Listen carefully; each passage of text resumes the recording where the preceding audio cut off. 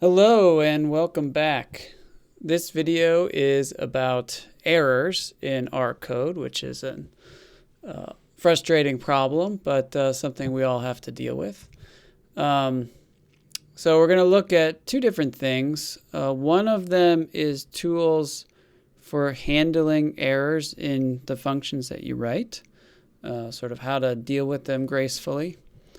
And then the second topic is going to be about finding the errors in your code by debugging. So I have an R script open here. It's called errors.r. We're going to follow somewhat the material in chapters 8 and 22 of Advanced R, the second edition.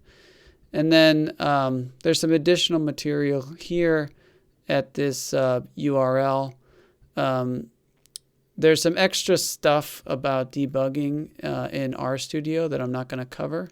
But if you're an RStudio user, it's probably worth checking out this article here. Okay, let's fire up R. And let's look at a pretty simple problem to start with. So there's a function in R called solve, which takes a matrix as its argument and returns the inverse. So I'm just going to write a new function called inverse, which just calls solve.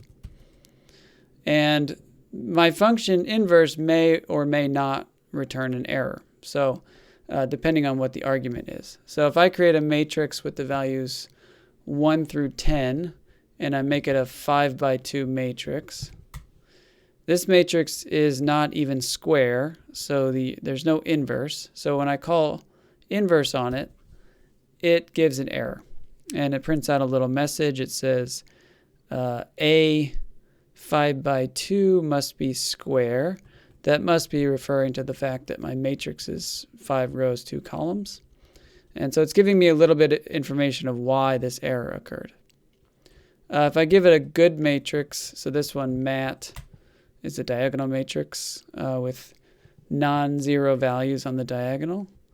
If I do that, everything turns out fine. It returns proper inverse. If I give it this matrix, this is a matrix of all zeros. This is a problem for the inverse because this is a singular matrix. So if I call the inverse function on it, I get an error, but it's a different error. It says LAPACK routine DGESV system is exactly singular. So this is telling me something about what is happening inside of this solve function. R uses something called LAPACK, which are a package of linear algebra algorithms. And the one for the inverse is DGESV, and it's telling us there's an error. Okay, so this is an example of a function that could return an error, and then the error depends on which arguments are supplied to it. Okay, so the first kind of simplest, dirtiest way to deal with this error is to wrap it in as the argument to a try function. So this is the matrix of zeros. This is going to return that singular error. But if I run this, it does print out the error, but it would allow me to continue the code. So if this is inside of a function, the function would continue running. And it returns this. So this is an error object. So the class of the object is a try error. And then it also has an attribute called the condition, which gives information about the error that occurred. So res is not a matrix, it's an error. If we were to apply this, let's run this here. If we were to apply this to a good matrix, so this is an identity matrix, res just gives the inverse, so that's good. So what would happen here is it stores information about the error when it occurs. What happens here is everything just works the way you'd expect it to work. Now that's just to skip over the error. There's another function if you want to have more control over how to handle the error or different types of errors. There's a function called tryCatch. So I'm going to pull up the documentation. So one of the things that Wickham writes in the book is that there hasn't been a lot written about R's error handling system, and therefore it's pretty misunderstood. And this has been my experience as well. It's kind of really difficult to read the documentation. You can see in tryCatch, there's just a lot of things documented here.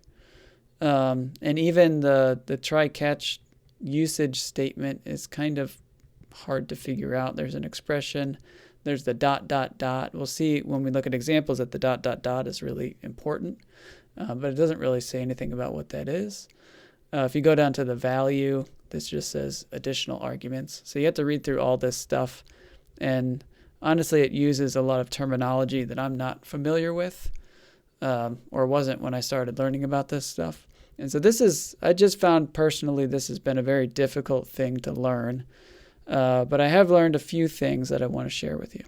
So I just want to do that by looking at some examples here. I'm going to make this a little larger in case you're looking on a small screen. Okay, so the way tryCatch works, if you peek ahead a little bit, when you call tryCatch, the first argument is something called expr. This was documented. This is the expression that you're hoping to evaluate, but may contain or throw an error. So that's the first argument. The second argument is a function, and the function has an argument called CND. I guess it doesn't matter what we call the argument, but this is the error condition. If you look over here, this is like this information here.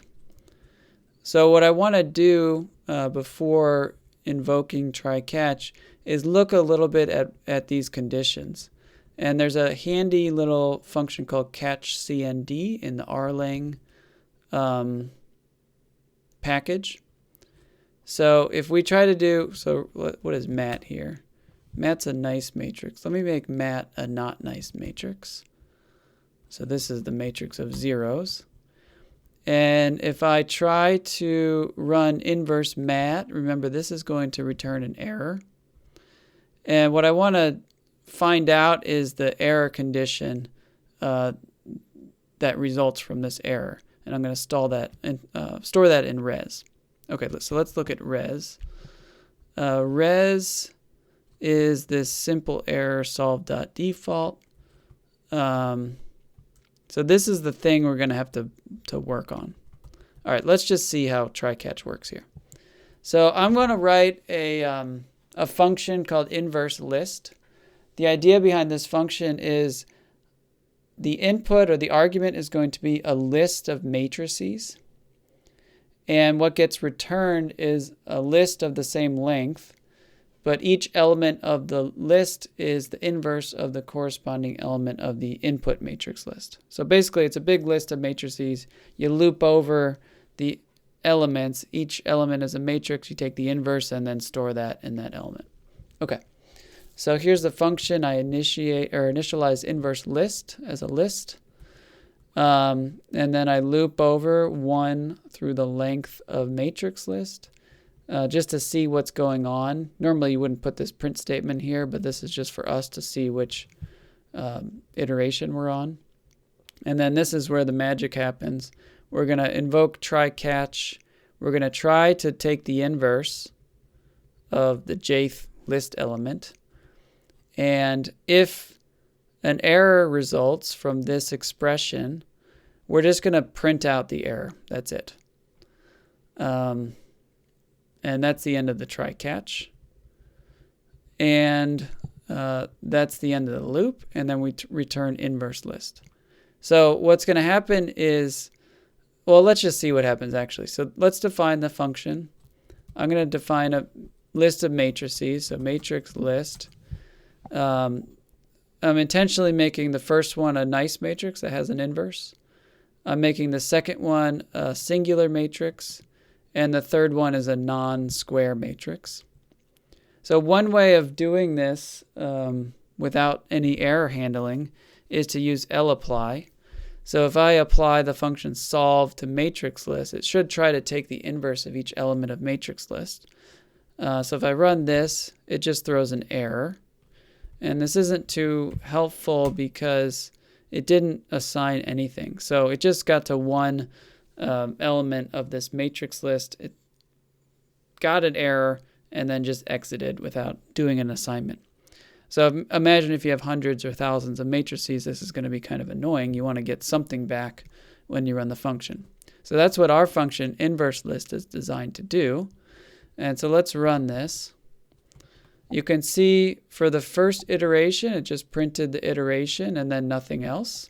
So that's exactly what we expect to happen. So if the expression in tryCatch evaluates without an error, it just assigns the result to inverse list of j. If there is an error, all it's doing is printing out the error. So it gets to iteration 2, it prints out the singular error, and then it gets to iteration 3, and it prints out the must be square error. So, and then if we look at iList, it actually did return a list where it gave us the inverse when it existed and then gave us the error when it didn't exist. So this is a little bit better than lapply because we actually do get something. And then we also get some information about what went wrong in the other cases. So this is good. Okay, so let's modify our tryCatch statement to do something a little better. I still wanted to print out the error condition, but having these things in the list is not really that useful to me. I just want to put an NA in there. So the way you read this is that we evaluate expression. If it's not an error, it just returns the result and gives it to Inverselist. If this does cause an error, it runs this function with the condition as the argument. So it's going to print the condition and then returns NA, and then it assigns the return value to Inverselist. So what should happen here is we're going to get the inverse of the first matrix, then an NA and an NA. Okay, so let's do this. Define the function. Let's see, iList is that right now. We run it. It's still printing the errors because we told it to here. That's fine. But now iList has NAs. Okay, that's good. Now, so far, we haven't actually used this condition to do anything interesting. Most of the time, you'll want to look at the error condition and have some different behavior depending on what the condition is. So that's what we're going to do now. Before we do that, we're going to want to inspect the conditions that arise for the two different errors that we've seen so far. So again, we're going to use catchcond. And so let's see, matrix list, just to remind us, is this thing. So the second element is the singular matrix. The third element is the non-square one. So if I do solve on the second element and catch the condition, that's this. Let's look at this object. So this condition object is a list. A list has two elements. So CND1 $message is the error message. This has this system is exactly singular message.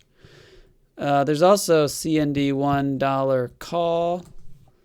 This is the code that was called when the error occurred. And then there's also a class attribute. So I could do class CND1. It has this class. Okay, so this is how we extract that message. This is going to be useful for what we're going to do in a second. Let's also look at the non-square one. You can see that the message here is 5 by 2 must be square. So our strategy here is we're going to try to, in this function, we're going to try to read the message and then do something different depending on if it's this message or this message. Okay. There's a handy function called grepl. So let's look at this. So CND $1 message. If I do grepl there, grepl is exactly singular on CND $1 message. It's true. Remember, CND $1 message is this. So this is checking whether the message contains the phrase is exactly singular. If I do it on the second one, I get false. And then for the non-square one, I'm going to look for the string must be squared. On the first one, it's false. On the second one, it's true. Remember, this is CND $2 message.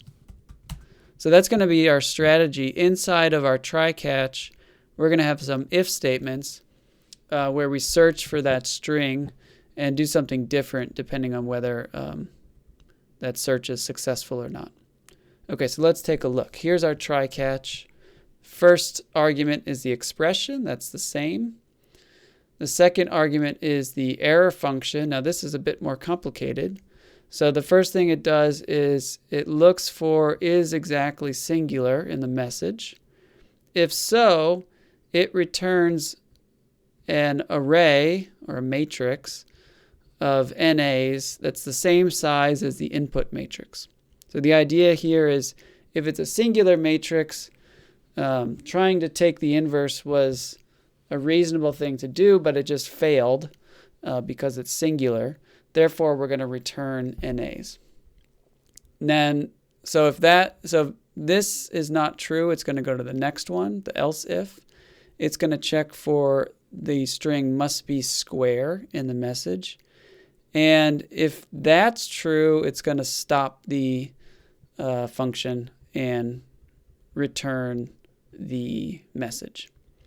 Okay, so this is our first time we're seeing the stop function. We'll look at this a bit more in a second. Basically what stop does is allow you as the person writing the function to signal an error when something goes wrong. So this is how errors are signaled inside of functions with stop. Otherwise, if it's anything else, we're going to also just stop it.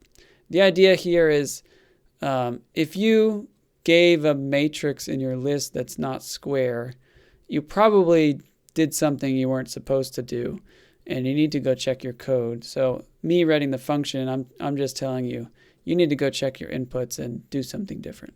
Okay, so let's run that.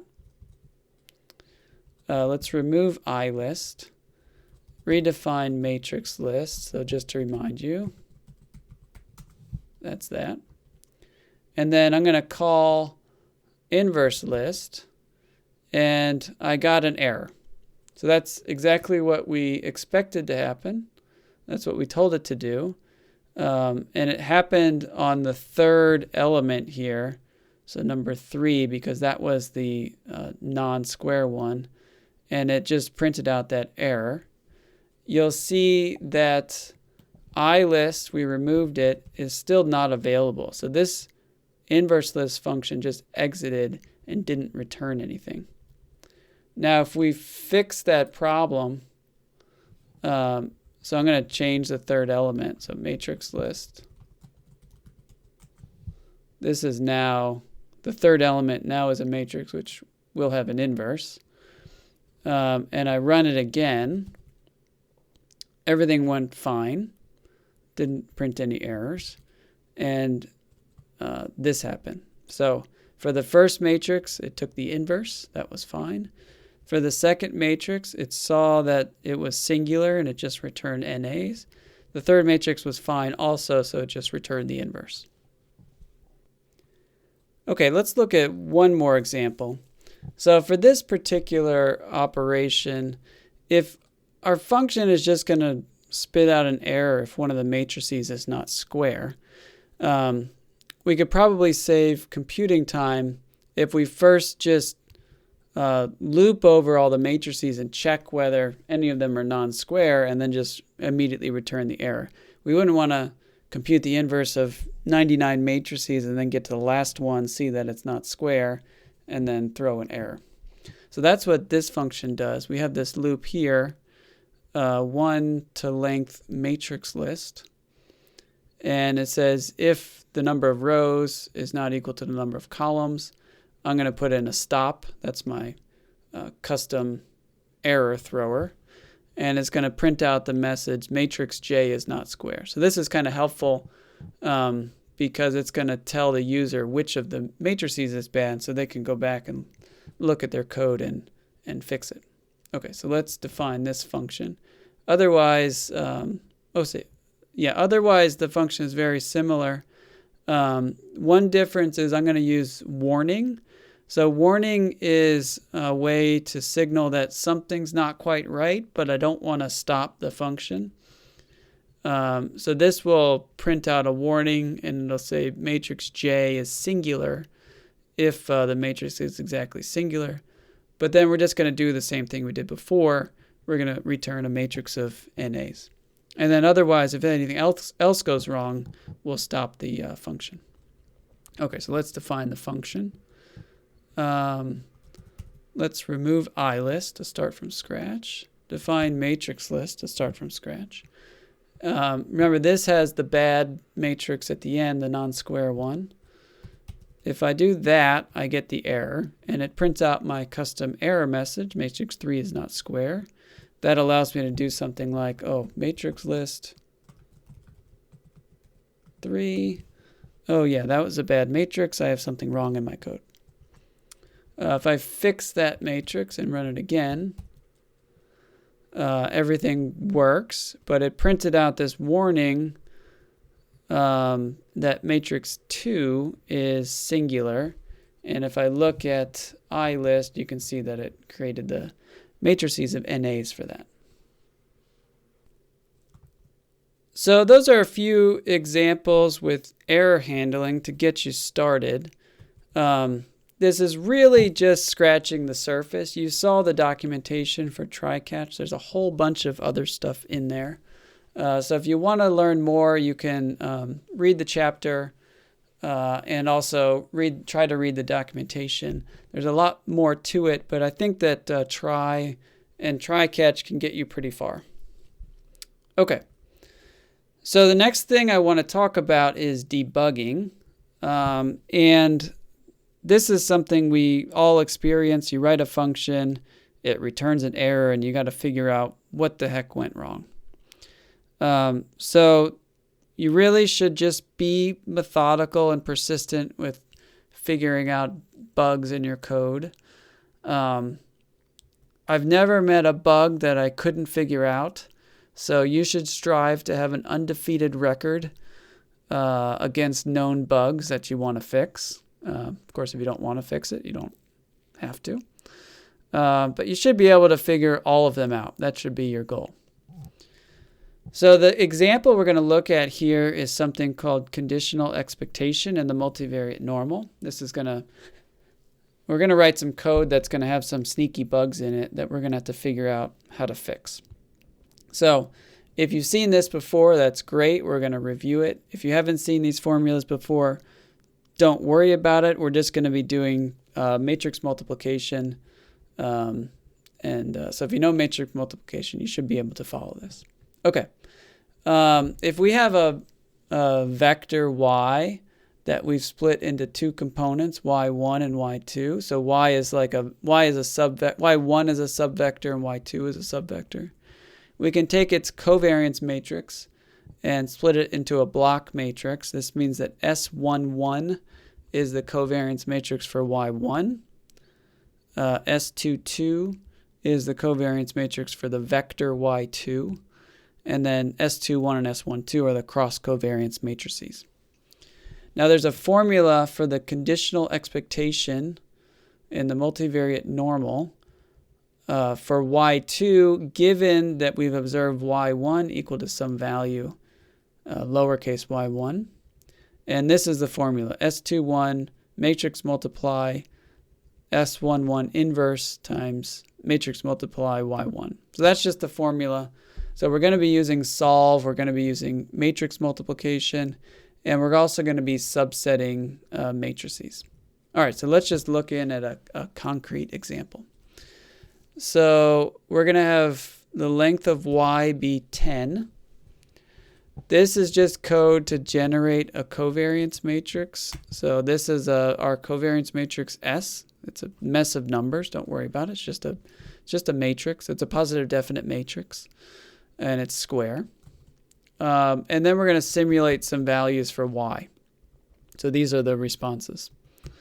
And I'm using this property that the Cholesky decomposition of the covariance matrix times an independent normal vector.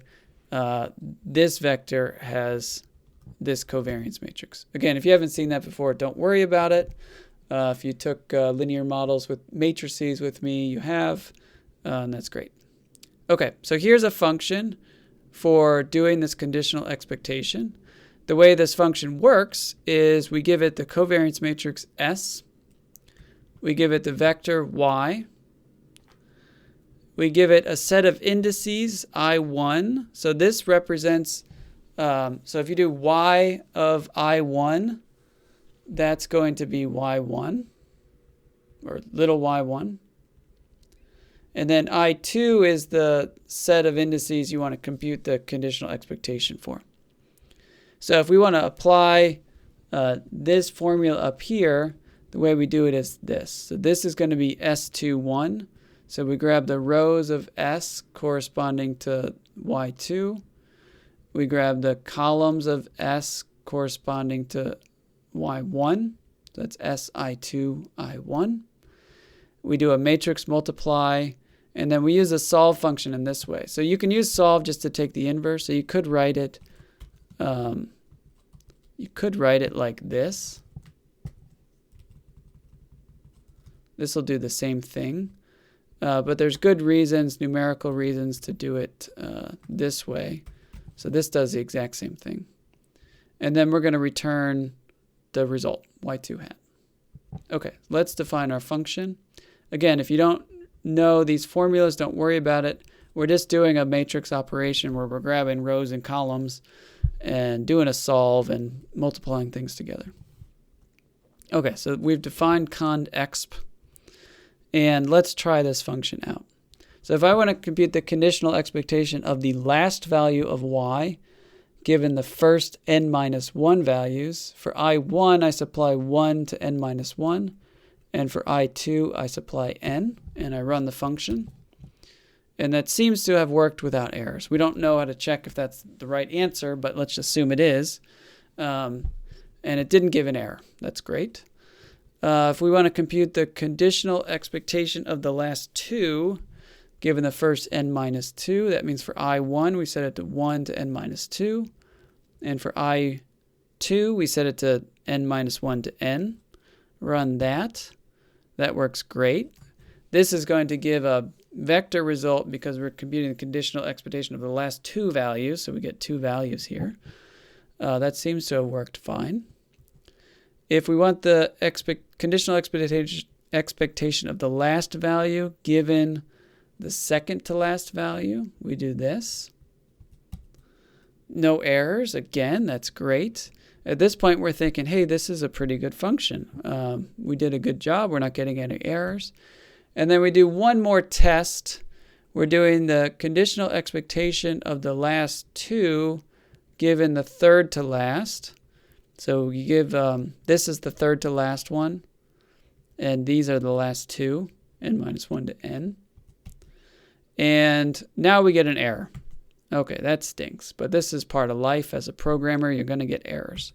And the error is non-conformable arguments. Okay, so let's take a look at the documentation for matrix multiplication. And you can't do this, so this doesn't work. Actually, it does work. Okay, well, you can't do that. So this is the documentation for matrix multiplication in R. And let's see, multiplies two matrices if they're conformable. If one argument is a vector, it will be promoted to either a row or column matrix to make the two arguments conformable. If both are vectors of the same length, it will return the inner product as a matrix. Okay, so that's good to know. And let's look at, let's try to debug this error by adding some print statement. Adding print statements is a very common way that people try to debug their functions. Basically what we're going to do is we're going to write a new function here, and we're going to take all of these operations that happen in this line, and we're going to split them up into different lines and print out each object to see what it is, to see if we can figure out what's going on. Okay, so this defines conexp. What we're going to do is we're going to print out s21. Well, that's s21. We're going to print it. We're going to print out s11. We're going to print out y1. We're going to print out the result of this matrix multiplication, this one. And then we're going to print out the dimensions of s21. And then we're going to try to do this. This is going to give the error. So run that. And we get some information that gets printed out here. Probably this is, this is helpful. But we could probably do a better job by reminding ourselves what these things are. So if we look at this function, this is going to print out a little bit more information. So we define the three objects, and then we print the name of the object before we print the object. So this prints out a little bit more information. Okay, so let's look at this. So S21 is this thing. Okay, that's fine. S11 is this thing. Y1 is that. The solve was fine. That didn't produce an error. The error doesn't happen until we get all the way down here. And if there's a clue of what's going on, it says the dimension of S21 is null, which means that S21 is a vector. It's not a matrix. We should have been clued into that by how S21 got printed here. So this is a vector of length 2. And also, let's see, solve. Yeah, the solve is also a vector of length 1. And if we think back to what that documentation said, it said if they're both a vector, so if this is a vector and this is a vector, it tries to do the inner product. But what it's doing is trying to do the inner product between a length 1 vector and a length 2 vector, and it's saying we don't know how to do that, so it's throwing an error. Okay, so that's what's going on. That's why the error occurs. Okay, so that's a really common way to try to debug your errors, to put these print statements in. But this is, honestly, it's a lot of work. It's kind of annoying. I have to change the function. If I really want to do it right, I got to say what object I'm printing out. So there's got to be a better way. And the better way that we're going to look at is using R's built-in debugging features. There are several ways to invoke R's built-in debugger, also known as the browser.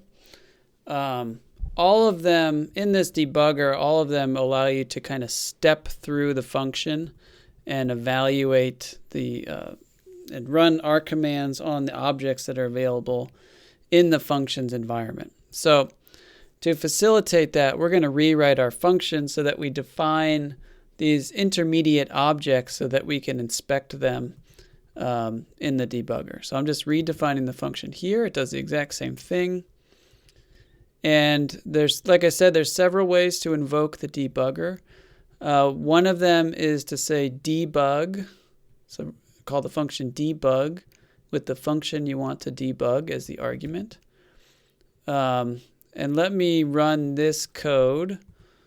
So the next time, what this means is the next time I call the function, it's going to enter debug mode.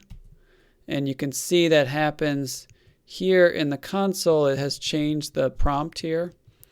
And it's also in Emacs Speak Statistics, the program that I'm using here. It also tells you where it is in the browser. RStudio does something very similar here. Okay, so if I do ls, let's see, if I do environment, you can see that we're not in the R global environment. We're inside the functions environment. And you can see which variables are available to us at this point. So we have S, we have Y, we have I1 and I2. Okay. Now, inside of this debugger, there are various commands to step through and evaluate things. Most likely, you'll just press enter. So enter is the same thing as N. So if I do N, enter, it'll move to the next line. So it said it did this line. Y is Y of I1.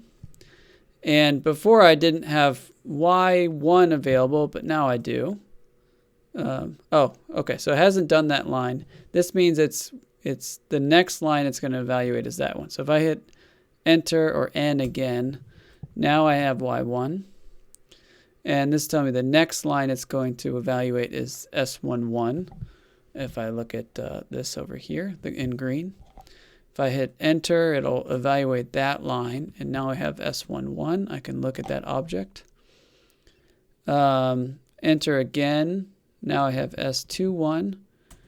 And I'm not going to hit enter yet, because if I hit enter again, it's going to evaluate the line that causes the error. So what I want to do is I want to look at the two objects, S21 and solve S11, Y1.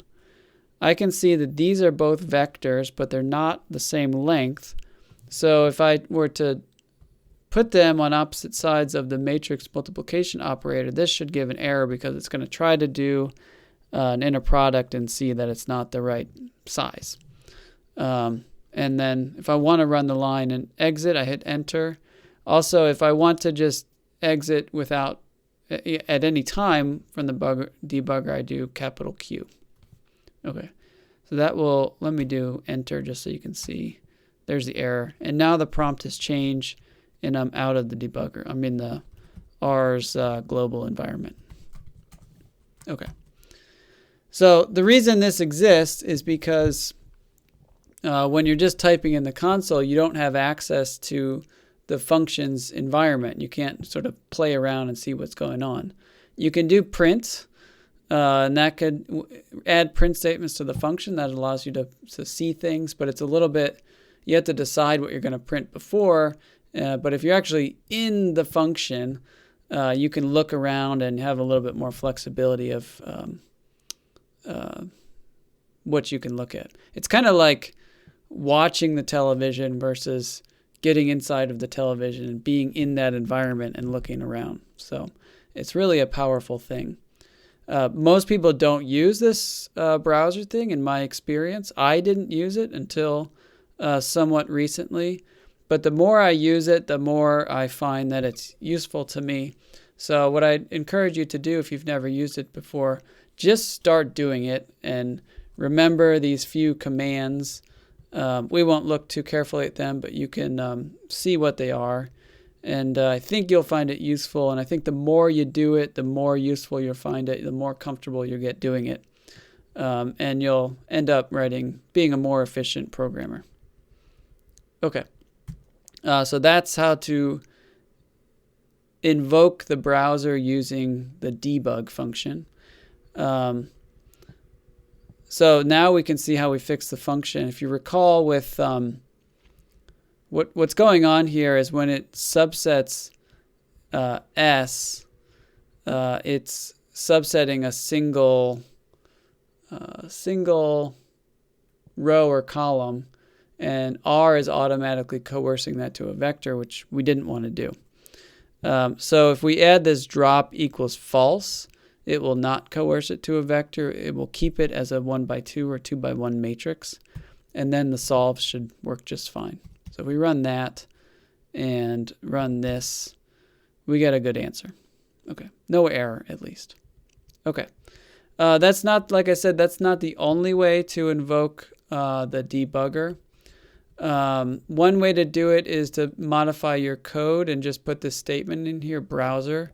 So what this is saying is when I run the function, when I get to this browser thing, open up the debugger, and then you can step through the function as usual. You can look at the objects as usual. This is useful because if you have like a big complicated function, if you do debug, it's going to start you at the very top of the function. But if you're pretty sure where the error is occurring, you can move the browser to right before that occurs. And then we're right here at this Y2 hat line, and we can inspect the objects without having to step through a bunch of times. So it could be a bit faster.